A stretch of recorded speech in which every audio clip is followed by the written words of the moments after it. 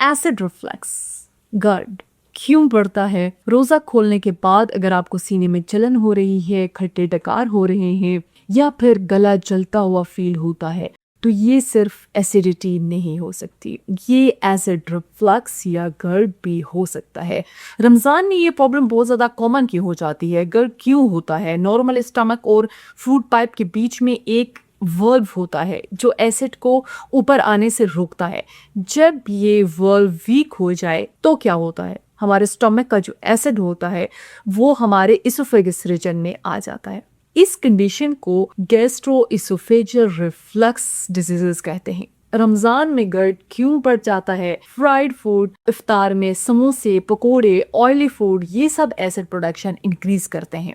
Over eating, दिन भर fasting के बाद एकदम से लोग जो बहुत ज़्यादा खाना खाते हैं, इसलिए स्टमक ओवरफिल हो जाता है और एसिड रिफ्लक्स स्टार्ट हो जाता है। इफ्तार के बाद फ़ौरन से लेट जाना, अगर कोई खाना खाकर फ़ौरन से सो जाए तो ग्रेविटी को इफेक्ट होता है, ठीक है, ग्रेविटी कम हो जाता है और एसिड ऊपर आने लगता है। चाय और कॉफ़ी और एक्सेसिव ये कैफीन वगैरह आपके लोअर इसोफेजियल स्फिंक्टर को रिलैक्स करता है। GERD के सिम्टम्स क्या होंगे? आपको सीने में बहुत ज़्यादा जलन होगी, खट्टी डकारें आएंगी, आपको गले में बहुत ज़्यादा इरिटेशन हो सकती है, आपको कोई पुरानी खांसी वगैरह हो सकती है, ठीक है।